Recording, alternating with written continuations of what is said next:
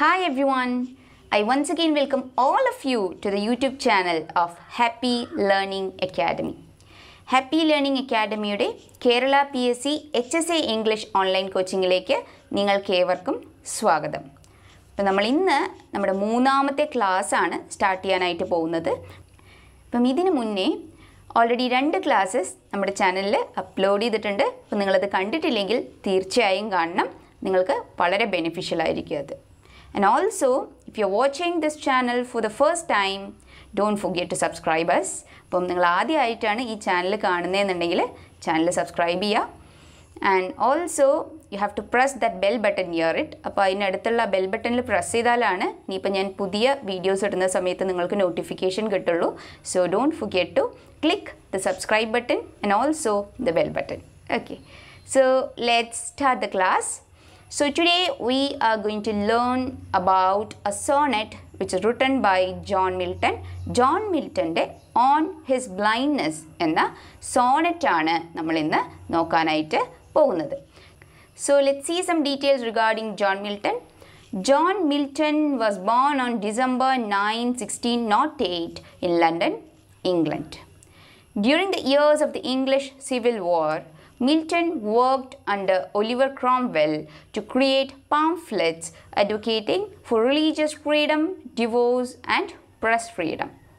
അപ്പം ഒലിവർ ക്രോംവെല്ലിൻ്റെ ഭരണകാലഘട്ടത്തിൽ അദ്ദേഹത്തിൻ്റെ കീഴിൽ ഈ പറയുന്ന മിൽട്ടൺ വർക്ക് ചെയ്തിരുന്നു. And he is the one who actually worked behind creating pamphlets which was advocating religious freedom, divorce and press freedom. അപ്പോൾ അന്നത്തെ കാലഘട്ടത്തിൽ ഏറ്റവും കൂടുതൽ ഇമ്പോർട്ടൻ്റ് ആയിരുന്ന വേരിയസ് ആസ്പെക്ട്സ് കൈകാര്യം ചെയ്തിരുന്നതിൽ ഈ പറയുന്ന മിൽട്ടൺ വളരെയധികം പങ്കുവഹിച്ചിട്ടുണ്ട് എന്നാണ് പറയുന്നത്. Now, Milton became blind at the age of 42. അപ്പോൾ 42-ാമത്തെ വയസ്സിലാണ് മിൽട്ടന് കാഴ്ച നഷ്ടപ്പെടുന്നത്. But he was expecting that, even though it was a shocking experience for him, it was a gradual process. അപ്പം അദ്ദേഹം അത് എക്സ്പെക്റ്റ് ചെയ്യുന്ന ഒരു കാര്യമായിരുന്നു. And it was there in his family too. അപ്പോൾ ഫാമിലി മെമ്പേഴ്സിന് ഇതുപോലെ നേരത്തെ തന്നെ ബ്ലൈൻഡ്നെസ് വന്ന ഒരു ഹിസ്റ്ററി അദ്ദേഹത്തിനുണ്ട്. So he was expecting that. Still it was a great shock for him. Okay. It was in 1651 to 52 that Milton became completely blind. So he was one of the greatest English poet after Shakespeare. Shakespeare കഴിഞ്ഞാൽ തൊട്ടടുത്ത് നിൽക്കുന്ന സ്ഥാനം അത് Milton ഉള്ളതാണ് എന്നാണ് പറയുന്നത്. Okay. Now let's see certain details regarding the poem or the sonnet we are going to learn. So its name is When I Consider How My Light Is Spent. So this is also the first line of the sonnet.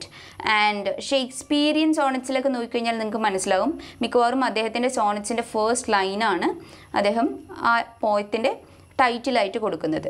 അപ്പോൾ likewise this is also a sonnet similar to that in that case. Okay. So it is also known as on his blindness and sonnet 19. ഇങ്ങനെ 2 പേരുകളിൽ കൂടി ഈ sonnet അറിയപ്പെടുന്നുണ്ട്. That is on his blindness and sonnet 19. First published in 1673 poems. Poems എന്ന title കൊടുത്ത ഒരു collection of poetry ബുക്കിലാണ് ആദ്യമായിട്ട് അദ്ദേഹം ഇത് പബ്ലിഷ് ചെയ്തത്. Now it is a Petrarchan sonnet with 14 lines in its form. അപ്പം പെട്രാർക്കൻ സോണറ്റ് ആണിത്. It is also known as Miltonic sonnet കേട്ടോ. അപ്പോൾ ഇങ്ങനെ മിൽട്ടോണിക് സോണറ്റ് എന്നും ഇത് അറിയപ്പെടുന്നുണ്ട്. പെട്രാർക്കൻ സോണറ്റ് ആണ് in its form. It contains 14 lines as usual. It is separated into 1 octave, the first 8 lines and 1 sestet. That is the remaining 6 lines. Okay. So the first 8 lines of this sonnet is known as octave and the remaining 6 lines it is known as sestet. Okay. The poem follows a rhyme scheme of ABBA, ABBA, CDE, CDE. നമ്മൾ Shakespearean Sonet എടുത്തു കഴിഞ്ഞാൽ അതിൻ്റെ rhyme scheme എന്ന് പറഞ്ഞത് നമ്മൾ പഠിച്ചിരുന്നു. ABAB, CD EF EF GG ആണല്ലേ. അപ്പോൾ അതിൽ നിന്ന് ഡിഫറെൻ്റ് ആയിട്ട് ഈ പറയുന്ന സോണറ്റിൽ പെട്രാർക്കൻ സോണറ്റ് ഫോമിലുള്ള ഒരു റൈം സ്കീം എന്ന് പറയുന്നത് ABBA, ABBA, CDE, CDE ആണ്. And also it conform to the iambic pentameter. Iambic പെൻറ്റാമീറ്ററിലാണ് ഈ പറയുന്ന സോണറ്റും എഴുതപ്പെട്ടിട്ടുള്ളത്. Okay, now let's see the detailed explanation regarding the sonnet that we are going to learn now.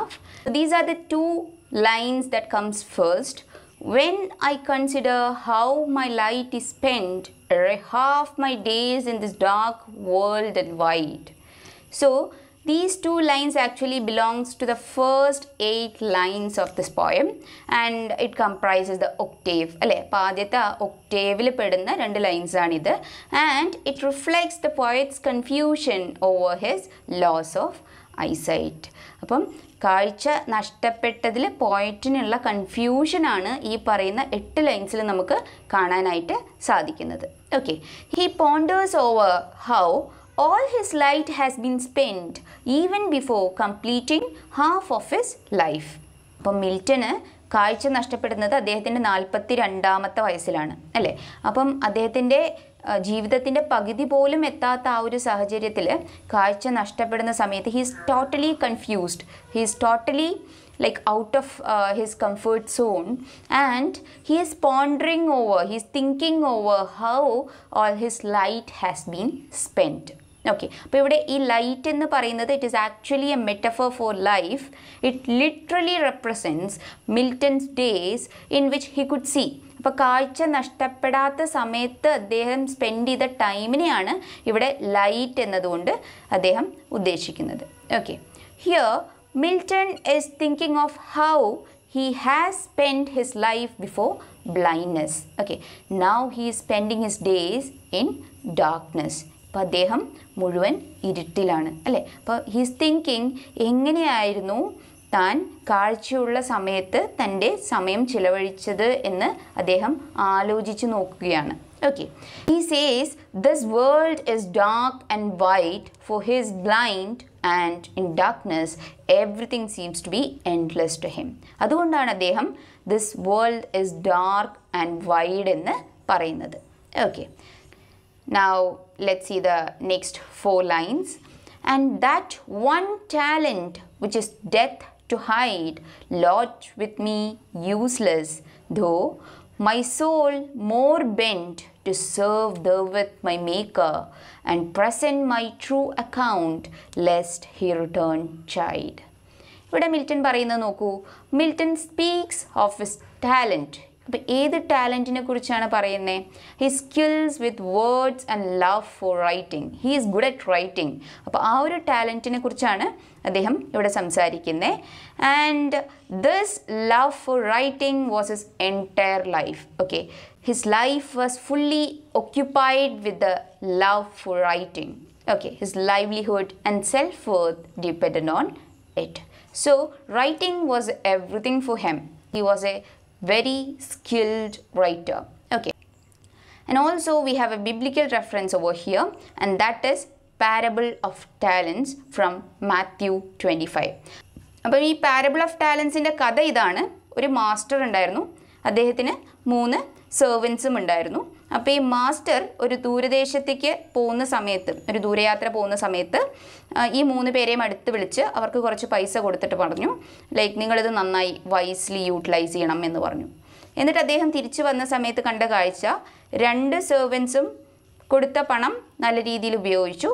പക്ഷേ 3ാമത്തെ ആൾ അത് ഒരു മരുഭൂമിയുടെ നടുവിൽ കൊണ്ടുപോയിട്ട് കുഴിച്ചിടുകയാണ് ചെയ്തത്. അതിൽ നിന്ന് ഹിഡൻ മണിയിൽ നിന്ന് അവന് യാതൊരുവിധ പ്രോഫിറ്റും ഉണ്ടായിരുന്നില്ല. So it was not at all wise. അപ്പം ഇതാണ് പാരബിൾ ഓഫ് ടാലൻസ് എന്ന് പറയുന്ന കഥയുടെ ചുരുക്കം. So when Milton refers to the talent, he relates the loss of his ability to read and write to the servant in Matthew 25, who buries the money given to him by his master in the desert rather than investing it wisely. അപ്പം ഞാൻ ഇതാണ് പറഞ്ഞത്. അപ്പം ഈ പറഞ്ഞ servant who buried his money in desert, he is equating this servant with him. Milton ഈ സെർവൻറ്റുമായിട്ടാണ് തൻ്റെ inability to read and write, his blindness, okay, അത് റിലേറ്റ് ചെയ്യുന്നത് ഈ പറയുന്ന ഈ സെർവൻറ്റുമായിട്ടാണ്. Okay, For Milton, the talent of writing poetry seems to be useless because he is blind now. ഇപ്പം കാഴ്ച നഷ്ടപ്പെട്ടതുകൊണ്ട് മിൽട്ടന് തൻ്റെ റൈറ്റിംഗ് സ്കിൽസ് പുറത്തെടുക്കാനായിട്ട് സാധിക്കുന്നില്ല. So he is thinking about it and regretting. Okay, but he is not ready to give up. പക്ഷെ അതുകൊണ്ടൊന്നും ഞാൻ ഒരിക്കലും തളരില്ല എന്നൊരു ആറ്റിറ്റ്യൂഡോട് കൂടിയിട്ട് നെക്സ്റ്റ് മൊമെൻറ്റിൽ അദ്ദേഹം മുന്നോട്ട് വരികയാണ്. Okay, we can see Milton's devotion to God in the next 2 lines. അപ്പോൾ അടുത്ത 2 ലൈൻസിൽ നമുക്ക് കാണാൻ പറ്റുന്നത് മിൽട്ടൻ്റെ ഡിവോഷൻ ടു ഗോഡാണ്. Even though he knows his talents are still hidden, his soul is more determined to serve God and present his accounts through writing. അപ്പം കാഴ്ചശക്തി ഇല്ലാതായെങ്കിലും അദ്ദേഹത്തിൻ്റെ മനസ്സാന്നിധ്യം ഇപ്പോഴും ഉറച്ചത് തന്നെയായിരുന്നു. അദ്ദേഹം പറയുന്നത് എന്താണ്? Even though I am blind, I will be able to write for God and serve him എന്നാണ് ഇവിടെ മിൽട്ടൺ പറയുന്നത്. In this context, account refers to both his records in writing and money. അപ്പം എന്തൊക്കെയാണോ അദ്ദേഹം എഴുതുന്നത് അതും അതുപോലെ തന്നെ അദ്ദേഹത്തിൻ്റെ മണി, ഈ പറയുന്ന 2 കോൺസെപ്റ്റും നമുക്ക് ഈ പറയുന്ന അക്കൗണ്ട് എന്നുള്ള ആ ഒരു കോണ്ടെക്സ്റ്റുമായിട്ട് ബന്ധിപ്പിക്കാനായിട്ട് സാധിക്കും. Now we know that Milton actually created his masterpieces when he was blind. അപ്പം പാരഡൈസ് ലോസ്റ്റ്, പാരഡൈസ് റീഗെയിൻഡ് എല്ലാം അദ്ദേഹം ബ്ലൈൻഡ് ആയിട്ടുള്ള സമയത്ത് എഴുതപ്പെട്ട മാസ്റ്റർ പീസുകളാണ്. So we can also relate that fact over here.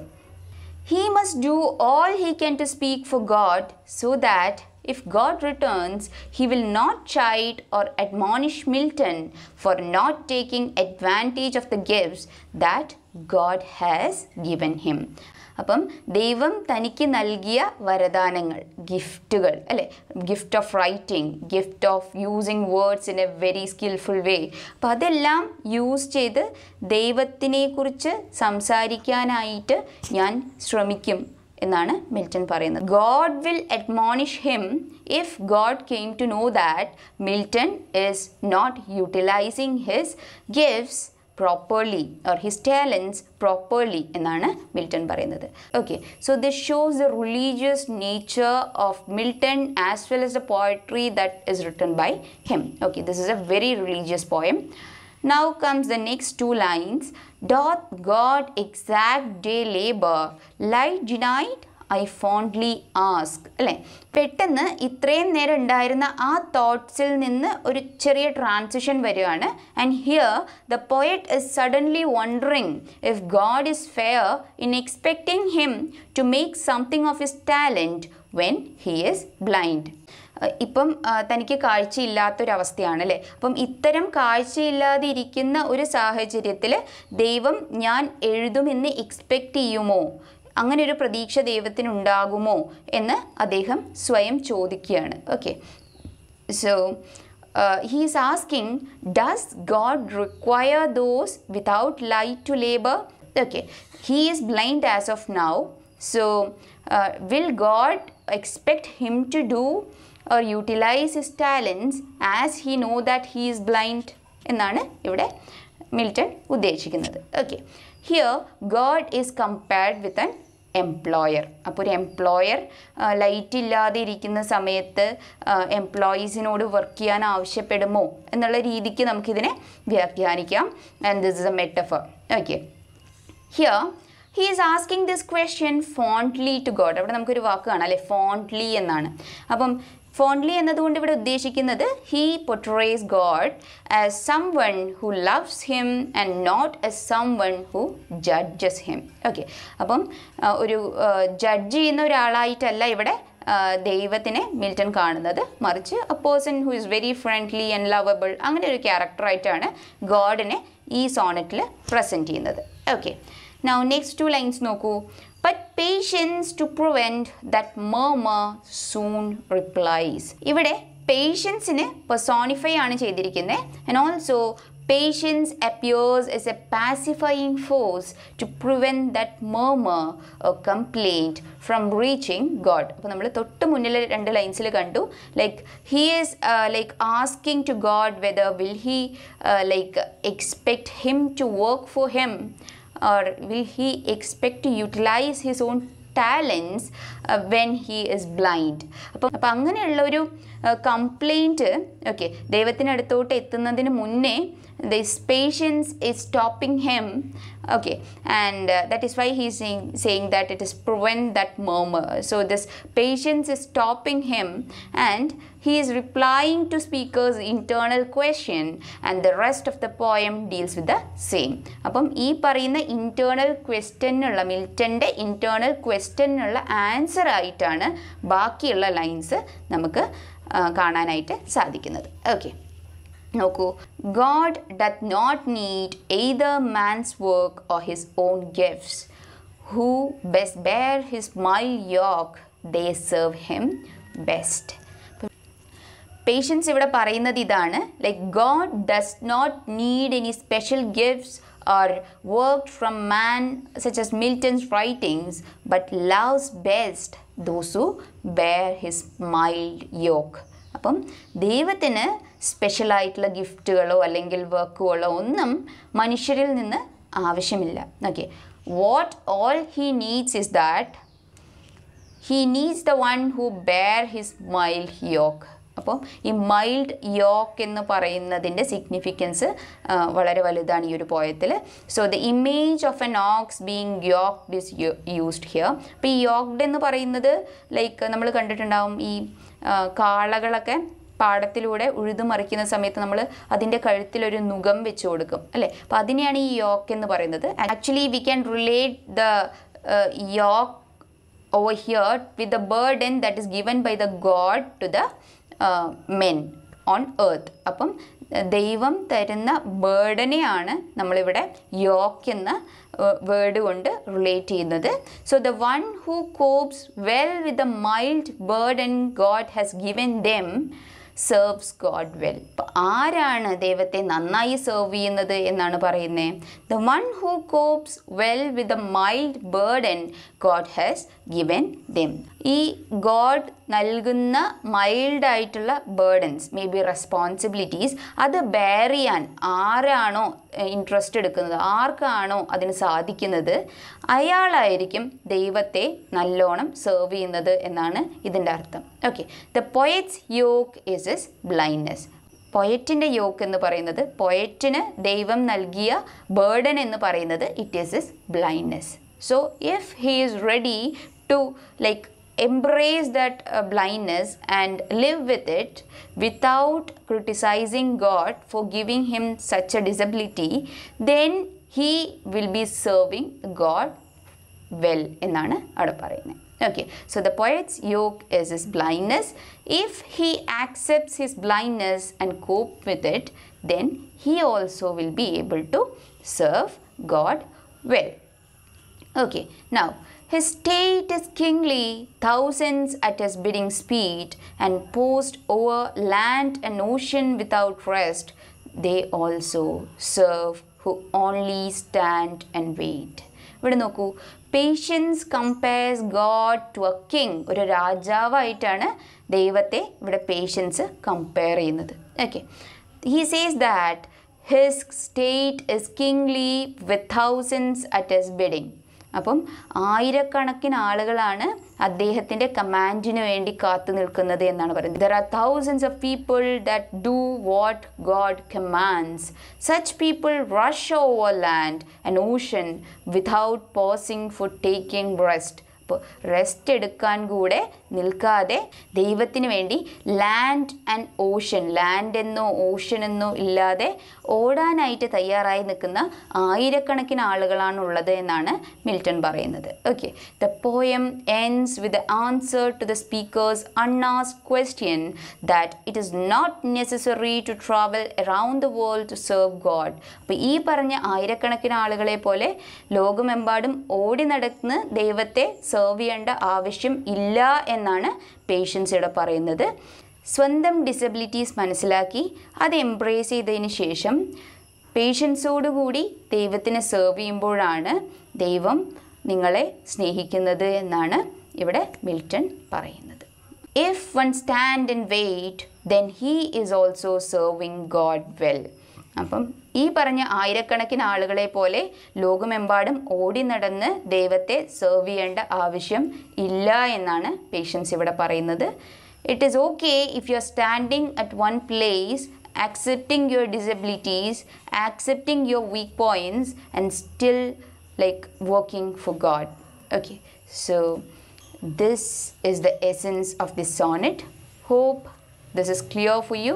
If you are having any doubts regarding this sonnet, you may like comment in the comment section so that I shall clarify your doubts. So I hope that this was an informative video for you. If you also feel the same, don't forget to like and share it with your friends. So it's me, Shweta, signing off. See you in the next class. Have a good day. Happy learning.